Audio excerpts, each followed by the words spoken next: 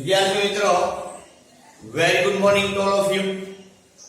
Chapter number 5 પૃષ્ઠ રસાયણ વિજ્ઞાન. આ પૃષ્ઠ રસાયણ વિજ્ઞાનની અંદર આપણે આગળના લેક્ચરની અંદર ચર્ચા કરતા પૃષ્ઠ રસાયણ વિજ્ઞાનની જો આપણે વાત કરીએ તો આગળના લેક્ચરની અંદર આપણે કઈ બાબતની ચર્ચા કરેલી હતી તો કે આપણે અધિશોષણના પ્રકાર ઉપર વાત કરતા હતા. એમાં આપણે બે પ્રકાર પાડ્યા હતા, ભૌતિક અધિશોષણ અને રાસાયણિક અધિશોષણ. અને એની અંદર આપણે જનરલી જોયેલું હતું કે જો બે અધિશોષકની સપાટી પર અધિશોષિતના અણુ એ નિર્બળ વાન ડેર વાલ્સ આકર્ષણ બળથી જોડાય તો એને ભૌતિક અધિશોષણ કહેવાય, અને જો રાસાયણિક બંધથી જોડાય તો એને રાસાયણિક અધિશોષણ અથવા તો આપણે કહેતા હતા કેમિસોપ્શન તરીકે એને ઓળખવામાં આવે. બરોબર. અને ત્યાર પછીના લેક્ચરની અંદર આપણે ભૌતિક અધિશોષણ છે એની લાક્ષણિકતાઓની ચર્ચા કરી, રાસાયણિક અધિશોષણ છે એની લાક્ષણિકતાઓની ચર્ચા કરી, અધિશોષકનો સ્વભાવ કેવો છે, પ્રતિવર્તી પ્રક્રિયા છે કે નહીં, અધિશોષક સપાટીનું ક્ષેત્રફળ, અધિશોષણની એન્થાલ્પી, તફાવત, આ બધા મુદ્દાઓની આપણે જનરલી ચર્ચા કરેલી છે. ત્યાર પછીનો જે આપણો ટોપિક છે એ ટોપિકની અંદર આપણે આપેલું છે અધિશોષણ ક્ષમતા. શું કીધું છે આપણે?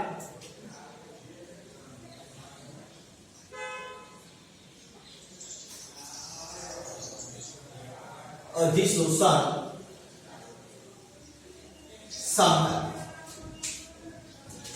હવે અધિશોષણ સમતાપી એટલે શું? એક તો વસ્તુ તમે સમજો, સમતાપીનો મતલબ શું થાય તો કે ભાઈ અચળ તાપમાન.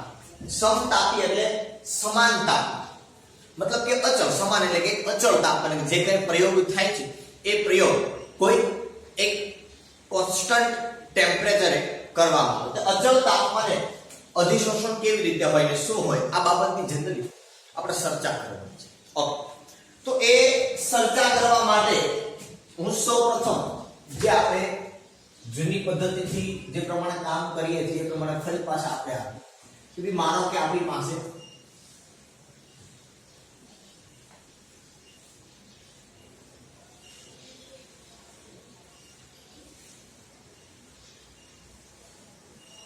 આ ઘન અધિશોષણ છે. શું છે? ઘન અધિશોષણ. અને આ ઓલા વાયુ છે. તમને ખબર છે એ પ્રમાણે કે આ સપાટી છે એ છિદ્રાળુ, આ સપાટી છે એ કેવી હોય? છિદ્રાળુ. બરોબર.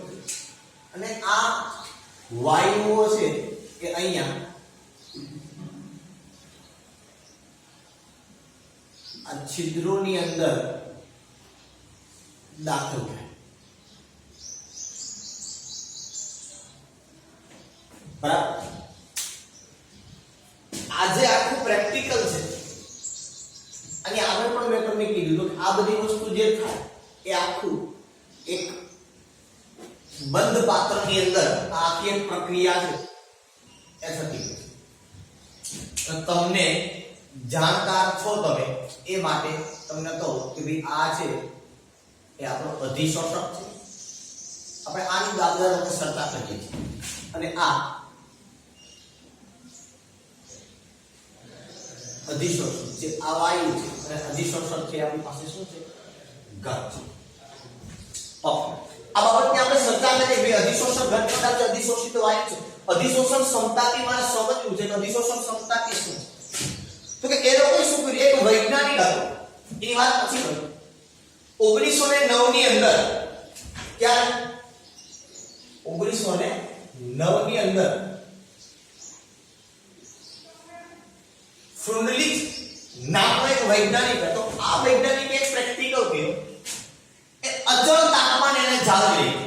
કેવું તાપમાન જાળવી રાખ્યું એને? એક અચળ તાપમાને આ અધિશોષક છે ને, આ અધિશોષકની સપાટી પર આ વાયુનો જથ્થો એ કેટલો અધિશોષિત થાય છે એટલે દબાણનો ફેરફાર કર્યો. શેનો ફેરફાર કર્યો? દબાણનો એને ફેરફાર કર્યો. પહેલા એને માનો કોઈ એક P1 દબાણ, તાપમાન એને અચળ રાખ્યું કે માનો કે એક T1 તાપમાન એને અચળ રાખ્યું કે P1 દબાણ એને આપ્યું. કેટલું દબાણ આપ્યું એને? T1 જેટલું દબાણ આપ્યું, P1 જેટલું દબાણ. અને આ P1 દબાણ ઉપર આ અધિશોષિતનો જથ્થો આની સપાટી પર કેટલો જમા થાય છે એનું એને નિરીક્ષણ કર્યું. ફરી પાછું એને તાપમાન T1 જ રહ્યું, એને દબાણ પાછું P2 કર્યું, પાછું દબાણની અંદર ફેરફાર કર્યો, P1 ને P2, પાછું એને આ સપાટી પર કેટલો અધિશોષિત વાયુનો જથ્થો જમા થયો એ ફરી પાછું એને નોંધ કર્યું. એવી રીતે પાછું કોઈ એક અચળ તાપમાન માનો કે 3 પ્રેક્ટિકલો કર્યા કે માનો કે P3, તો ત્યારે એને નોંધ લીધું કે અધિશોષિત છે એ કેટલો જમા થાય છે ક્યાં, તો કે અધિશોષકની સપાટી. કોની સપાટી પર? અધિશોષકની સપાટી પર કે કેટલો અધિશોષિત વાયુ છે એ જમા થાય છે. બરોબર. આવી જ રીતે ફરી પાછો એને બીજો પ્રેક્ટિકલ કર્યો, કોઈ T2 તાપમાને પાછું એને ચેન્જ કર્યું, તાપમાન એને બદલે, મતલબ પહેલા હતું એના કરતા તાપમાન એને વધેલું. અહીંયા પણ તમારા પર T1 કરતા T2 મોટો, P1 કરતા P2 મોટો, કે દબાણના ફેરફાર સાથે, અચળ તાપમાને દબાણના ફેરફાર સાથે અધિશોષકની સપાટી પર અધિશોષિત વાયુનો જે જથ્થો છે, અધિશોષિત વાયુનો જથ્થો છે એમાં શું ફેરફાર થાય આ બાબતનો અભ્યાસ એ કરવામાં આવ્યો. અને આ અભ્યાસ છે એને અધિશોષણ ક્ષમતા અથવા તો અધિશોષણ ક્ષમતા વક્ર, કારણ કે આ છે આમાંથી આલેખ દોરવામાં આવ્યો. શું દોરવામાં આવ્યો? એને આલેખ એક દોરવામાં આવ્યો અને આ આલેખની જેમ એને રજૂ કરવામાં આવ્યો કે કેટલી વેલ્યુ, જે કઈ વેલ્યુ મળી પછી એનો એને કોઈ શું કહ્યું? આલેખ કહ્યું. બરોબર. આ જે છે એને શું કહેવાય? તો અધિશોષણ ક્ષમતા વક્ર. શું બોલાય એને? અધિશોષણ ક્ષમતા વક્ર તરીકે ઓળખવામાં આવે. છુંડલીએ સૌપ્રથમ આ કામ કર્યું કે અચળ તાપમાન એ દબાણની અંદર ફેરફાર કરી એક ચોક્કસ અધિશોષકનો જથ્થો એને અચળ લીધો કે આટલા અધિશોષકના, માનો કે એને 1 ગ્રામ લીધો. કેટલો લીધો? તો ધારો કે 1 ગ્રામ અધિશોષક ઉપર પેલા અચળ તાપમાને અને P1 જેટલું એને દબાણે, તો કે P1 દબાણે અધિશોષક ઉપર અધિશોષિત વાયુનો જથ્થો કેટલો જમા થાય છે આની એને વેલ્યુ કાઢી. પછી તો કે એને દબાણ બદલાયું, P1 ને બદલે P2 કીધું. યાદ રાખવાનું કે P1 કરતા P2 છે એ બધું. ફરી પાછું એને P3 દબાણે કીધું. બરોબર છે. તો આના આધારે એને કંઈક વેલ્યુ મળી. પછી એને T1 તાપમાનની જેમ 3 ટ્રાયલ કરી દે, પાછા T2 તાપમાને કીધું. T1 કરતા T2 તાપમાન ઊંચું લીધું એમ. એવી રીતે ફરી પાછું એને T3 તાપમાને આ કામ કર્યું. તો આના આધારે બરોબર એક એને વક્ર છે એ બનાવ્યો. આલેખની અંદર દર્શન કરાવ્યા એટલે શું બનાવ્યું? આખો એક વક્ર બનાવ્યો એને. બરાબર. અને આ જે વક્ર છે એ વક્રને અધિશોષણ ક્ષમતા વક્ર તરીકે ઓળખવામાં આવે છે. જેના તરીકે ઓળખવામાં આવે છે? અધિશોષણ ક્ષમતા વક્ર તરીકે આને ઓળખવામાં આવે છે. ફરી પાછું કહું છું, છુંડલીએ શું કામ કર્યું હતું? તો કે અચળ તાપમાને અધિશોષકના જથ્થામાં અધિશોષિત વાયુનું પ્રમાણ એ કેટલું એ દબાણના ફેરફાર સાથે થાય છે એનું એને નિર્ધારણ કર્યું હતું. એનો એને એક પ્રયોગ છે એ કર્યો અને એ પ્રેક્ટિકલના અંતે જે રિઝલ્ટ મળ્યા એ રિઝલ્ટને એને વક્ર સાથે સરખાવ્યું. શું કર્યું? એને વક્ર સાથે સરખાવ્યું. અને એ વક્ર છે એને દોરેલો હતો. એ વક્ર છે એના ઉપરથી એને એક સમીકરણ આવ્યું. બે પ્રકારના વૈજ્ઞાનિકો હોય. ટાઈપ 1 કે એ વૈજ્ઞાનિક શું કરે? તો કે પહેલા થિયોરિટિકલ કામ કરે અને એ થિયોરિટિકલના આધારે એ પ્રેક્ટિકલ ઉપર જાય. કોઈ સૂત્ર બનાવે ને એ સૂત્રો છે મતલબ કે કોઈ સમીકરણ છે, કોઈ સમીકરણ છે એનું સમાધાન કરે એના માટે એ આલેખ બને. બરોબર. ફ્યુલી જે ઉલટું કામ કર્યું, એને પહેલા પ્રેક્ટિકલ કર્યો કે ભાઈ અચળ તાપમાન અધિશોષકના જથ્થા પર અધિશોષિત વાયુનો જથ્થો છે એ કેટલો હોય છે? પણ ભાઈ T1 દબાણે તો ત્યારે કેટલો જમા થયો, P2 દબાણે તો ત્યારે કેટલો જમા થયો, P3 દબાણે તો ત્યારે કેટલો જમા થયો. એને પહેલા તો એને પ્રેક્ટિકલ કર્યું અને પ્રેક્ટિકલ અંતે જે રિઝલ્ટ આવ્યો એ રિઝલ્ટ પરથી એને આલેખ દોર્યો.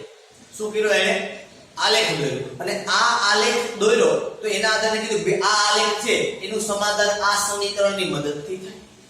આ આલેખ છે એનું સમાધાન કેની મદદથી થાય? કોઈ એક આ સમીકરણની મદદથી આનું સમાધાન થાય. આવું આપણે કોણે કીધું? તો કે આવું આપણે કીધું ફ્રુડલી. એને શું કર્યું? તો કે એને આલેખ દોર્યો. તો આ જે પ્રેક્ટિકલ મળ્યો ને એને રિઝલ્ટ, એ પ્રેક્ટિકલના અંતે એને એક આલેખ દોર્યો. કોના વર્સિસ કોનો આલેખ દોર્યો? તો કે ભાઈ x/m વર્સિસ p. p એટલે દબાણ. હવે x/m શું છે? આ પહેલા ના જોયું તમને બુકની અંદર શું કર્યું? પહેલા એટલે સૂત્ર આપ્યું, સૂત્ર ઉપર તેને આલેખ દોર્યો. નો ડાઉટ એ વસ્તુ એની સાચી છે. બરાબર પણ ફ્રુડલી જે પેલા પ્રેક્ટિકલી કામ કર્યું એટલે પ્રેક્ટિકલી કામના અંતે એને વક્ર મળ્યો અને એ વક્રનું સમાધાન કરે એના માટે એક સમીકરણ તો પેલા વાત હું તમને એ કહી દઉં કે બીજા m શું છે તો કે m છે અધિશોષકનું દળ તો પ્રશ્ન મોટો સર આ x શું છે તો કે x શું છે તો કે m દળ ધરાવતા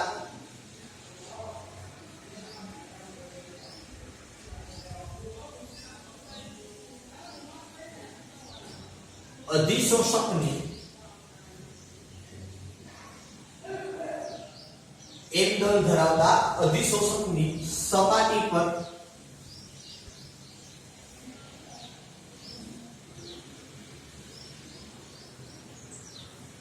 અધિશોષણ પામતા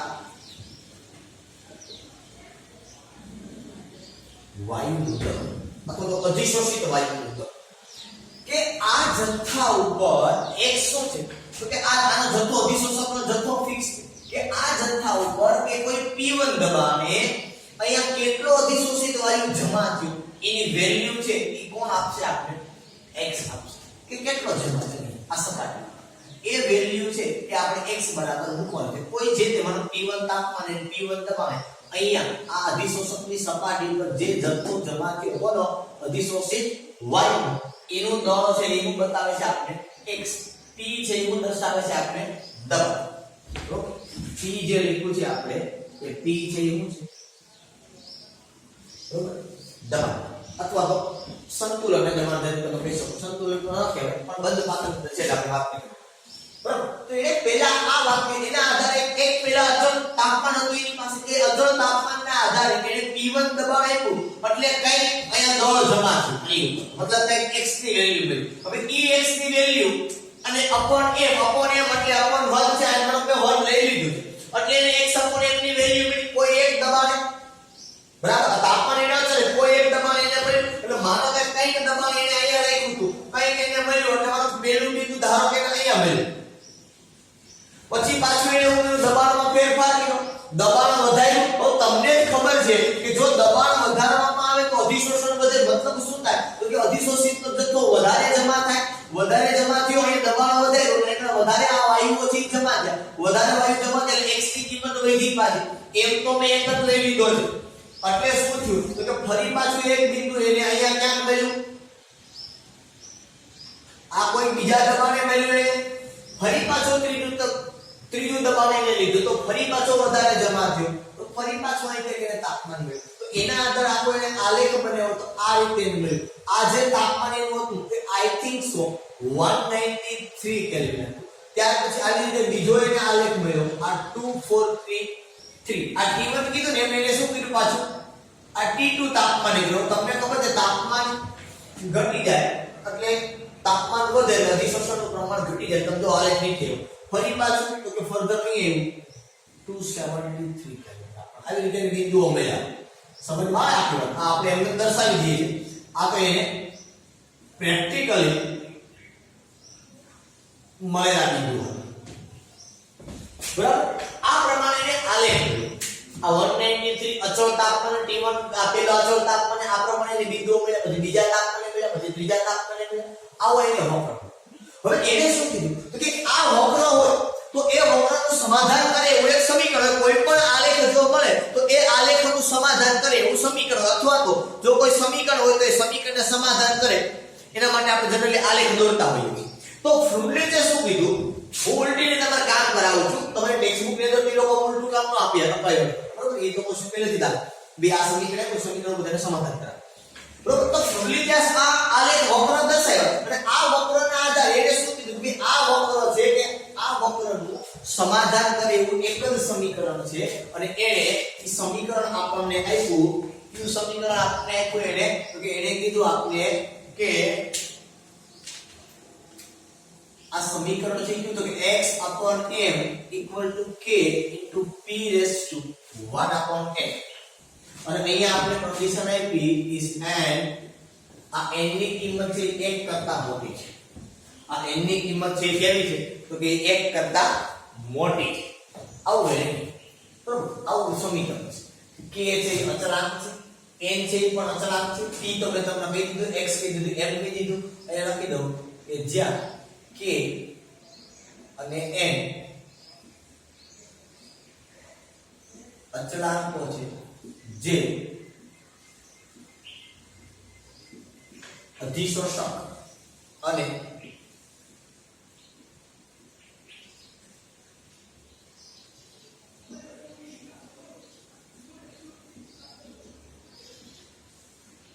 વાયુના સ્વભાવ પર આધાર રાખે છે. અધિશોષક કયો છે એના ઉપર પણ આધાર રાખે છે અને વાયુનો સ્વભાવ કેવો છે એના ઉપર પણ આધાર રાખે છે.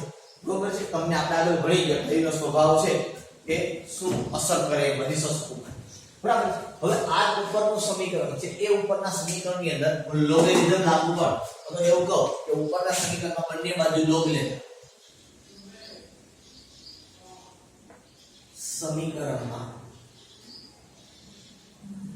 બંને બાજુ લોગ, અને બંને બાજુ હું લોગ લઉં તો શું થાય કે log x upon m equal log કાઉન્સમાં k into p raised to 1 upon m log x upon m equal to log નો ગુણાકાર તો log નો સરવાળો થાય પણ k અને p વચ્ચે ગુણાકાર છે તો તમને ખબર છે log નો શું થાય સરવાળો શું થાય કે log k વત્તા log p raised to 1 upon log x upon m equal to log k. log માં ઘાતની ઘાત ક્યાં આવે તો આઈકન 10 તો હોય દાખલામાં કઈ ના હોય તો ઘાતની ઘાત ક્યાં આવે આગળ તો plus 1 upon n log p. આ log નો નિયમ છે આ નવું મેં કઈ કર્યો છે મોટે છે બહાર નથી ઉપર શું આવે તો ઘાતની ઘાત છે ક્યાં આવે આગળ. તો હવે આ સમીકરણ છે એ આ સમીકરણ એ જનરલી શું છે તો કે આ તમે ભણી ગયા કે y બરાબર c plus mx સીધી રેખાના ઢાળનું સમીકરણ છે. બરાબર છે. સીધી રેખાનું સમીકરણ તમે કહી શકો આપણા દ્રાવણમાં ઘણી બધી જગ્યાઓ પર રાઉટના નિયમની અંદર હેનરીના નિયમની અંદર આપણા સમીકરણ છે લાગુ પાડેલું છે તમે જોઈ શકો છો ત્યાં લાગુ પડશે. હવે આ સમીકરણ છે તમે લાગુ પાડો તો તમને ખબર કે હું આ આલેખ અહીંયા દોરું બરોબર. તો y અક્ષ ઉપર કોણ આવશે તો y અક્ષ ઉપર આવશે log x upon m. x અક્ષ ઉપર કોણ આવશે તો કે x અક્ષ ઉપર આવશે log p આવશે. આંતરછેદ આપણે કંઈક મળે છે. આંતરછેદ એટલે ફરી પાછું કહું આંતરછેદ એટલે શું કીધું તું તો કે મળતી રેખા એ તમને ક્યાંથી છેદ છે મળતી રેખા એ ક્યાંથી છેદ છે એવું આપણે કીધું. હવે અહીંયા p નથી જો p હોત તો આલેખ અહીંથી શરૂ થતો તો આવી રીતે આ log p છે એટલે વેલ્યુમાં ચેન્જ આવશે એટલે આ આલેખ છે ને એ ખરેખર આવી રીતે મળે છે. અહીંયા આમ કાંઈક બે ત્રણ બિંદુઓ મળે બરોબર અને આ બે ત્રણ બિંદુઓને તમે દોરો આવી રીતે પણ પછી શું કરો તો કે અહીંથી તમારી પાસે સ્કેલ હોય તો આવી રીતે આમ કરી અને આને લંબાવી દેવાનું હોય આલે આ જે ભાગ મળે આને આંતરછેદ કહેવાય. આને કહેવાય log k કે જ્યાંથી રેખા છે તમને મળતી રેખા જ્યાંથી છેદે એને શું કહેવાય આંતરછેદ. આનો ઢાળ તમે કાઢો તો ઢાળ બરાબર થાય 1 upon n બરોબર. તો ઢાળ ઉપરથી આપણે n ની વેલ્યુ મળશે. જો તમે આ પ્રેક્ટિકલ કરતા હોય તો તમને કઈ વેલ્યુ મળે આમાં બીજું કઈ તમારે ખાલી લોગ જ લેવાનો છે x upon m નો કે ઈ તો આનો સીધો મળશે જે વેલ્યુ મળશે તમને લોગ કેમ મળે 1 upon n પર જતું મળશે p તમારી પાસે હોય જવાનો એનો લોગ લઈ લેવાનો એટલે x અક્ષ ઉપર મૂકવાનો. તમે જે આલેખ દો અને જો એ સીધી રેખા મળે તો એ ફ્રુન્ડલીચ અધિશોષણ સમતાપી છે એનું સમર્થન કરે છે નહીંતર એનું સમર્થન કરતો નથી. બરાબર છે. આ આપણે સમીકરણ ઉપરથી એનો આલેખ આવું. હવે પ્રશ્ન શું છે જનરલી આ નો સિલેબસ છે એટલે વધારે માહિતીમાં ફ્રુન્ડલીચમાં માહિતી ઘણી બધી માહિતી આપણે કલાક સુધી બોલીને પણ ઘટે. ફ્રુન્ડલીચની અંદર બહુ ઓછી માહિતી આપી છે. ખરેખર આને ફ્રુન્ડલીચ જૂના સિલેબસ અંદર આવતું કે ફ્રુન્ડલીચ અધિશોષણ સમતા બરોબર. આવા 5 પ્રકારના અધિશોષણ સમતાપી આવે. જૂના સિલેબસમાં 2 હતા નવા સિલેબસમાં આ એક જ છે. બસ તમારા ઘણા બધા સારા છે તમને એક જ આપેલું છે બીજું જે છે એ આપેલું નથી તમને આખો પૂછ્યું ટૂંકમાં આ સંપૂર્ણપણે સાચું નથી. હવે પ્રશ્ન શું છે તમે જનરલી જોઈ તો છે ઘણી વખત કે સર અમે તો ઘણા બધા સમીકરણો જોયા પણ એવા સમીકરણો બહુ ઓછા જોયા કે જેની અંદર બે અચળાંકો હોય જેની અંદર બે અચળાંકો હોય બરોબર. અને આ જે બે અચળાંકો છે આલો એ તો કોઈ ઉપર આધાર રાખતો ડિપેન્ડ અપોન સમીકરણ શું છે એ બધા ઉપર હોય, પણ અચળાંકો બે છે. બરોબર. મોટો પ્રશ્ન ક્યાં છે કે અહીંથી તમે જુઓ ને અમુક દબાણ પછી તમે આ રેખાને જુઓ ને આ લગભગ કોન્સ્ટન્ટ છે. લગભગ કેવી છે? કોન્સ્ટન્ટ છે. આનો મતલબ શું થાય તમને સમજમાં આવ્યું? આપણને એવું કીધું છે કે આ n ની વેલ્યુ છે ને એ તમારે કેટલી લેવાની છે? કે 0.1 થી 0.5. એક તો એવું આવશે અચળાંકનો મતલબ એવો છે કે એની કિંમત અચળ છે. ઓકે, તાપમાન બદલે તો બદલે. હવે ભાઈ આ જ આલેખની અંદર હું વાત કરું તો આ જ આલેખમાં તમે જુઓ કે x અપોન m વધે તો p વધે, અહીં સુધી વધે, અહીંથી પાછો કેવો થઈ જશે? અચળ. બરાબર. તમારા આલેખમાં એટલે મને જેમ લીટોમાં બીજો પછી આગળ લખી દઈએ. કારણ કે ત્યાંથી પછી અચળ કે છે મતલબ કે અધિશોષણ છે એ સંતૃપ્ત થઈ જાય છે. શું થઈ જાય છે? અધિશોષણ સંતૃપ્ત થઈ જાય છે. એનો મતલબ શું? કે હવે તમે દબાણ વધારતા જાઓ તો આ આલેખ ખરેખર આમ વધતો જવો જોઈએ, અચળ ન થવો જોઈએ. શું ના થવો જોઈએ? અચળ થવો જોઈએ. એનો મતલબ શું થઈ ગયો? કે એનો મતલબ એવો થયો કે ભાઈ તમે જેમ દબાણ વધારો એમ અહીંયા અધિશોષિત વાયુનું પ્રમાણ વધવું જોઈએ. એ વધતું નથી, મતલબ અચળ થઈ ગયું, મતલબ સંતૃપ્ત થઈ ગયું, મતલબ અધિશોષક હવે ધરાઈ ગયો કે આની સપાટી પર હવે વધારે વાયુઓ આવી શકે એમ નથી. કોઈ એક જ તાપમાને અહીં સુધી n નું મૂલ્ય છે એ કેવું હતું? તો કે વધતું. અહીંથી n નું મૂલ્ય કેવું થઈ ગયું? તો કે અચળ. હવે ભાઈ આને અચળાંક કઈ રીતે કેવો આવે? સમજમાં આવે છે મારી વાત?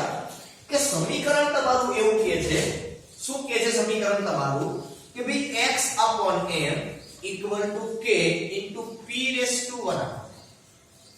આ અચળાંક પેલા અચળાંક એવું કાઢ્યું એટલે આવું થાય કે x upon m proportional to p raised to 1 upon m. આનો મતલબ એમ થયો કે જો હું અત્યારે n ને થોડી વાર માટે રેફરન્સ લેવા દઉં કે x upon m વધે તો p વધે. આ 1 upon n ને ભૂલી જાઓ થોડી વાર.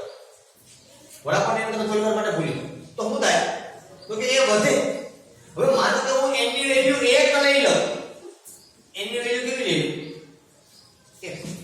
તો આનો મતલબ હું x upon m વધે તો p વધે. અને વધે છે, હા, અહીં સુધી વધે. તો આનો મતલબ એમ કે અહીં સુધી તમારે n ની વેલ્યુ છે એ n કરતા મોટી લેવાની. હવે અહીંથી પછી તો ત્યાંથી અચળ. કે આવો કયો અચળાંક છે કે એ એક જ વક્રની અંદર જુદા જુદા દબાણે જુદો જુદો હોય? એ શક્ય નથી. કારણ કે આ ફ્લુઇડ અધિશોષણ સમતાપી છે એ સંતૃપ્ત થઈ જાય છે. શા માટે આવું થાય છે? આ સંતૃપ્તતાને કે ફ્લુઇડ અધિશોષણ સમતાપી છે એ સમજાવી શકતું નથી. શું નથી કરી શકતો? ફ્લુઇડ અધિશોષણ સમતાપીને સમજાવી શકતો નથી. કારણ સીધું અને માત્ર સિમ્પલ છે કે જો તમે અહીંયા, કારણ કે આ વસ્તુ જે તમે નક્કી કરો ને આશરામણની પદ્ધતિ થઈ ગઈ, એપ્રોક્સિમેટ અંદાજ તમે લગાવો આવું થાય. જો હું 1 upon n equal to 0 લઈ લઉં, અહીં 1 upon n એટલે 0, 1 upon n એટલે 0 ને શું થઈ ગયું? તો કે x upon m equal to k, કારણ કે p raised to 0 કોઈ પણ ની 0 ઘાત એટલે 1. તો આનો મતલબ એમ કે અધિશોષણ છે એ દબાણથી કેવું થઈ ગયું? સ્વતંત્ર. અહીંયા શું થઈ ગયું? અધિશોષણ એ દબાણથી સ્વતંત્ર છે. આનો મતલબ એવો થઈ ગયો. પણ જો તમે 1 upon n equal to 1 લ્યો તો x upon m equal to k into p. 1 upon n equal to 1 તો આનો મતલબ આવો થયો x upon m proportional to p. તો આનો મતલબ શું થયો? તો x upon m વધે તો p વધે, મતલબ આ દબાણના સમપ્રમાણમાં છે, આ દબાણથી સ્વતંત્ર નથી. હવે n ની વેલ્યુ જો બદલે છે, n ની વેલ્યુ જો બદલે છે તો અહીંયા વસ્તુ બદલે છે. આનો મતલબ એમ થયો કે અહીંયા સુધી 1 upon n equal to 1 છે, બરોબર, અને અહીંથી 1 upon n equal to 0 છે. આ વસ્તુ તમારા સમજાવી નથી પણ હું તમને ખાઈ કહું કે અહીં સુધી 1 upon આ દરેક બીજા આલેખ માટે પડશે, ત્રીજા માટે પડશે કે 1 upon n equal to 1 છે. 1 upon n equal to 1 એટલે વધે છે તો વધે, બરોબર. તમે 1 ક્યુબ 2 ક્યુબ 3 ક્યુબ જે વધતું જાય તો વધતું જાય.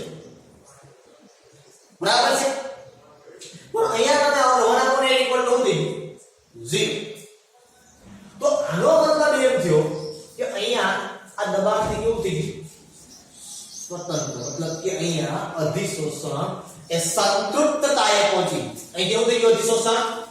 સંતૃપ્તતાએ પહોંચી ગયું. સંતૃપ્તતાએ અધિશોષણ પહોંચી ગયું એનો મતલબ એવો છે કે હવે અધિશોષણ વધારે થઈ શકે એમ છે નહીં. હવે આ વસ્તુ શક્ય એનું કારણ છે કે કોઈ એક જ વક્રની અંદર અચળાંકનું મૂલ્ય એ જુદું જુદું ના હોય. નો ડાઉટ અચળાંકનું મૂલ્ય જુદું હોય, તાપમાન બદલે તો અચળાંક બદલે, પણ એક જ તાપમાન 193 કેલ્વિન તાપમાને કે અહીંયા તમારું પહોંચે છે ત્યાં સુધી 1/8 ની વેલ્યુ વધતી જાય. અહીંયા 1 હતી 2 હતી 3 અહીંયા વધે. હું 1/8 = 1 લખું તો 2 લઉં તો અહીંયા એનો સ્ક્વેર આવે. બરાબર? અહીંયા 2 લઉં તો અહીંયા સ્ક્વેર આવે, અહીંયા સ્ક્વેર આવે. 3 લઉં તો અહીંયા 3 આવે તો 3 આવે. આ વધે તેના ઘનના પ્રમાણમાં વધે. ભલે ઓકે નો ડાઉટ વધે જાવ અહીં સુધી વધે. તો એનો મતલબ એવો છે કે અહીં સુધી 1/8 ની વેલ્યુ 1 2 3 અપ ટુ અહીંથી તો 1/8 = 0. હવે આ ક્યાં મેળવી વાત જો તો હકીકત એવી છે કે તમારા સિલેબસ ની અંદર એક તો ફૂલની અધિશોષણ ક્ષમતાની મર્યાદા નથી. એક જૂના સિલેબસમાં આપવામાં આવી 4 મર્યાદાઓ કે ફૂલની અધિશોષણ ક્ષમતાની મર્યાદા શું છે એ વસ્તુ અહીં આપવામાં આવેલી નથી. બરાબર? તો કહેવાનો આખો મુદ્દો એ છે કે આખો મતલબ એ છે કે આ અધિશોષણ ક્ષમતાની છે એ સંતૃપ્તતાએ પહોંચે પછી શું? અથવા તો એ સંતૃપ્તતાએ પહોંચી ગઈ એવું કહી દીધું.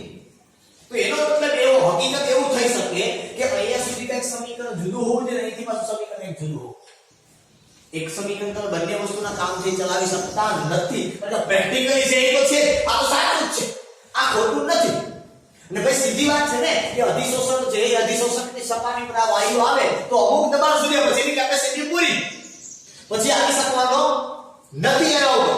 બરોબર? એ વધતો જ નહીં જાય, એની પણ લિમિટેશન. તો એનો મતલબ એવો કે તમે અહીં સુધી કંઈક જુદું સૂત્ર આપવું પડે, અહીંથી બધું કંઈક નવું સૂત્ર તમને આપવું પડે. અચળાંક છે આપણે સ્પેસિફાઈ કરવું પડે કે અહીં સુધી n ની વેલ્યુ આટલી છે, નાના બધાની n ની વેલ્યુ આટલી આવે છે. બરોબર? આવું એક બીજા વૈજ્ઞાનિકે કીધું, સમજાવ્યું તો બહુ સરળ રીતે, બહુ સારી રીતે રાસાયણિક અધિશોષણની મદદથી સમજાવ્યું છે, પણ એ તમારા સિલેબસની અંદર આવશ્યક નથી. મતલબ એ આવશ્યક પણ નહોતું. આ એનસીઆરટી ઉદાહરણ સિલેબસમાં લેંગ્યુલર અધિશોષણ ક્ષમતા કયું આવતું? લેંગ્યુલર અધિશોષણ ક્ષમતા, પણ અત્યારે તમારા સિલેબસમાં નથી એટલે આપણે એને અભ્યાસ કરવાની વાત આવતી નથી. બરોબર? તો ફૂલની અધિશોષણ ક્ષમતા બી આ છે. Very most IMP exam point of view IMP 3 mark ની અંદર પૂછાઈ શકે એવું અધિશોષણ ક્ષમતા બી છે. તમને એવો પ્રશ્ન પૂછવામાં આવે કે ફૂલની અધિશોષણ ક્ષમતા બી સમજાવો તો તમારે પહેલા વ્યવસ્થિત વાત કરવી પડે. અને ક્ષમતા બી શા માટે તમને ટેક્સ્ટ બુક પ્રમાણે હવે ચાલો કે ભઈ ઘન અધિશોષકની સપાટી પર અધિશોષિત વાયુનો જથ્થો એ દબાણના વિચરણ સાથે બદલાય છે. દબાણના વધારા સાથે અને દબાણના ફેરફાર સાથે બદલાય છે. બરોબર?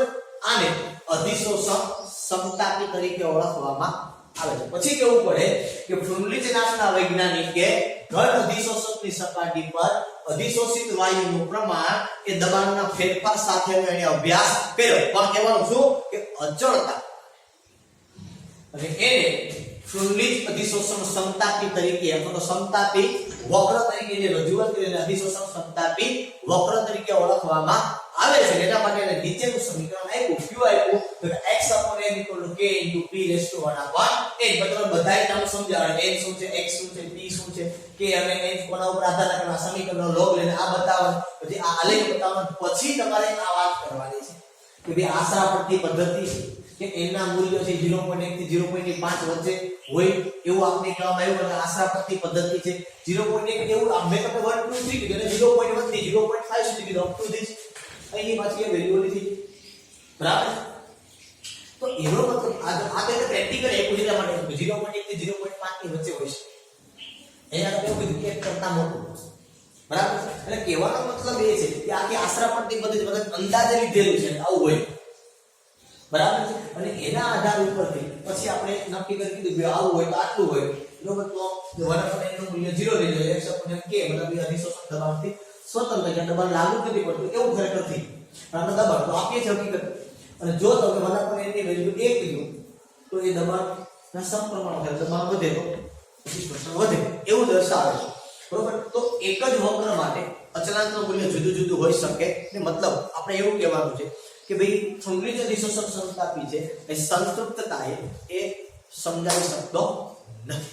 આ એની મર્યાદા. સંતૃપ્તતા એટલે તમે કીધું ખબર પડી, તમે દબાણ હતો તો ખરેખર અધિશોષિત વાયુનું પ્રમાણ વધવું જોઈએ, એ જથ્થો વધવો જોઈએ, પણ એ વધતો નથી અને એને તમે સંતૃપ્તતા એ ધરાય ગયું છે. હવે એની સપાટી પર વધારે વાયુ જમા થઈ શકવાના નથી. બરાબર, આ તમારું ફ્લુઇડ અધિશોષણ ક્ષમતા બી છે. મેં સમજાવ્યું હતું કે ઉલટા ચલાવ્યું હતું કારણ કે માત્ર તમને સમજાવવાનું. જ્યારે લખવાની વાત આવે તો તમારે અહીંથી વ્યવસ્થિત રીતે લખીને શરૂ કરવાનું છે. બરાબર, તમે 3 માર્કની અંદર exam point of view IMP છે, તમને પૂછી શકે કે ફ્લુઇડ અધિશોષણ ક્ષમતા બી સમજાવો. બરોબર, કારણ કે અધિશોષણ નામના ટોપિકમાંથી મોસ્ટ આઈએમપી છે. બરાબર, ચાલો અહીં સુધી આજના માટે રાખી, ફરી પાછા આપણે નવા લેક્ચરની અંદર મળશું.